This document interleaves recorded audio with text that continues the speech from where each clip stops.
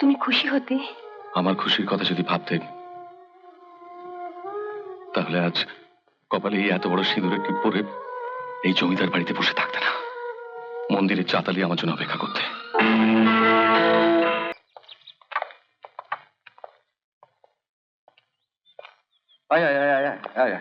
মা আদিত্য এসছে।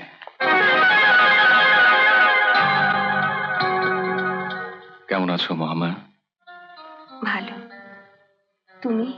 না তোর কথা বল, আমি আসছি একটা কাছে। না বস বস বস বস।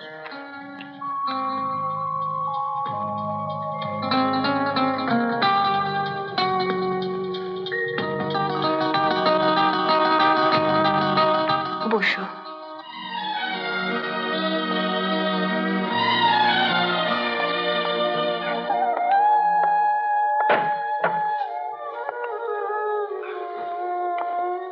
কেমন আছো তা তো বললে না। ভালো, খুব ভালো। পরমেশ্বরের কাছে শুনলাম তুমি নাকি চোখের চিকিৎসা করাতে দিচ্ছ না।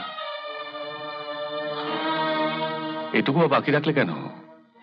ডাক্তার তো অনেক ছিল, কাউকে দিয়ে চিকিৎসা করে নিতে।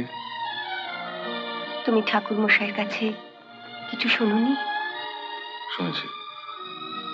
সব শুনেও তুমি এভাবে কথা বলছো কেন? শুধু দয়া দেখাবার জন্য আমার জন্য বসে না থেকে পরমেশ্বরের কথা মতো চিকিৎসা করা নিতে পারতে।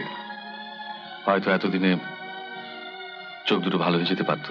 আমার চোখে চিকিৎসা করবে বলেই ডাক্তারি পড়তে বিলেত গেলে, এসে যদি দেখতে আমার চোখ ভালো হয়ে গেছে, তুমি খুশি হতে। আমার খুশির কথা যদি ভাবতেন তাহলে আজ কপালে এই এত বড় সিঁদুরের টিপ পরে এই জমিদার বাড়িতে বসে থাকতে না, মন্দিরের চাতালি আমার জন্য অপেক্ষা করতে।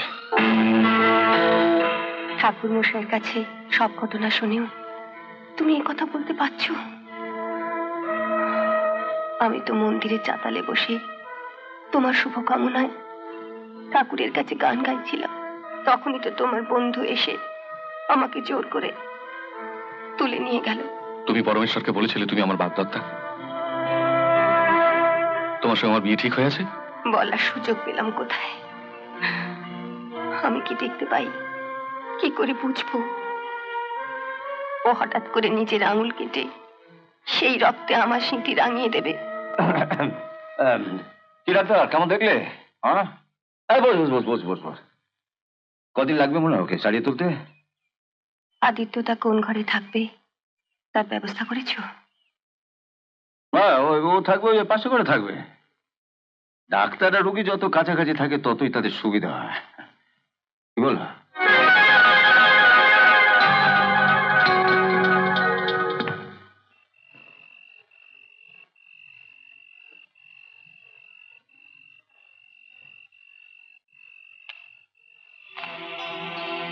ডাক্তার এখনো ঘুমোসনি? আয়।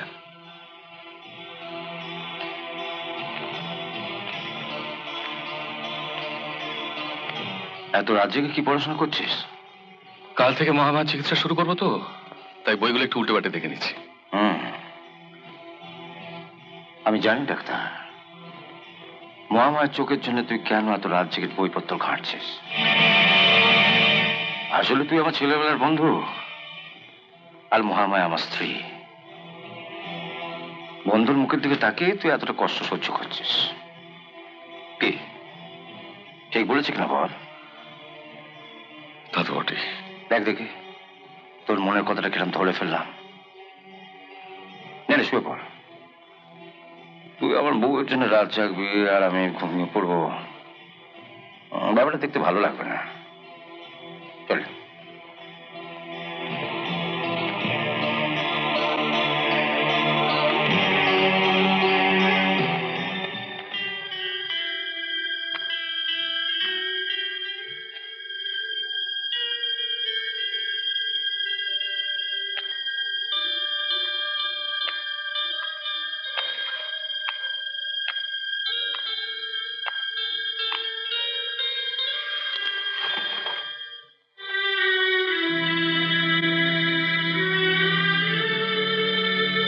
কি হলো, শোবে না?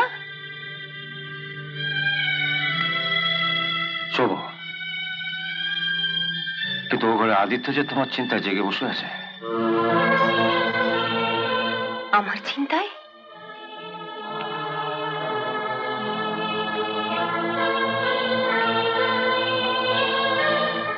আসলে ও আমার ছেলেবেলার বন্ধু, আর তুমি আমার স্ত্রী। বন্ধু পত্নীর চোখ ভালো করবার জন্য রাত জেগে বই পড়ছে। তুমি পরের স্ত্রী হলে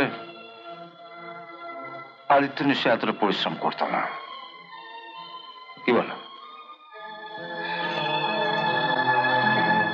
তা তো বটেই।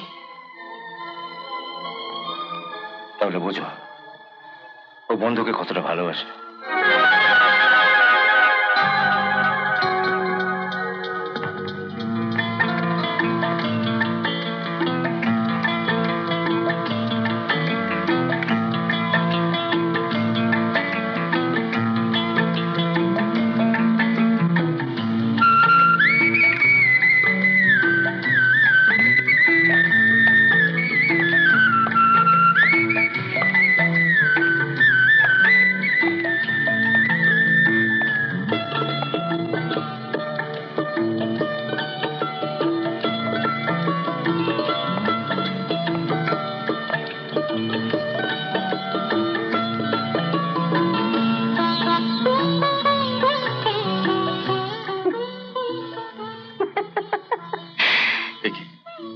হাসছো যে?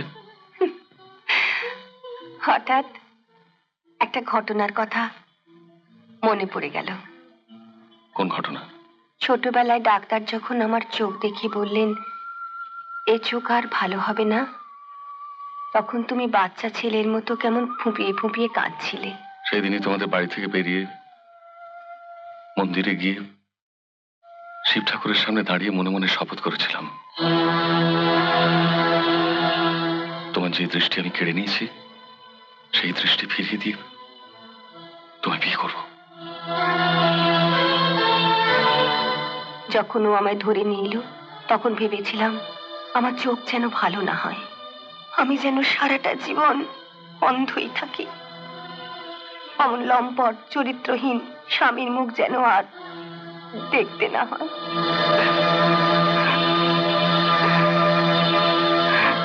এখন কি ভাবছো? এখন ভাবছি কবে যে একবার ওকে দেখতে পাবো।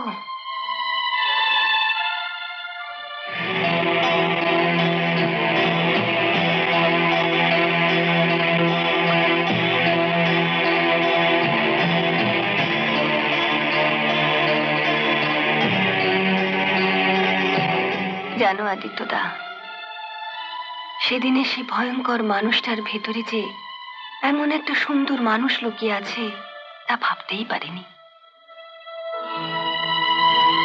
এখন ওকে দেখলে কে বলবে একদিন ওর নামে সারা গ্রাম কাঁপতো। কি হলো, চোখে ওষুধ দেবে না? ভাবছি তোমায় সারিয়ে তুলবো কিনা। কেন? যতদিন তুমি অন্ধ থাকবে ততদিন আমি তোমার পাশে থাকতে পারবো। তোমাকে সারিয়ে তুললে তো আমাকে এখান থেকে চলে যেতে হবে।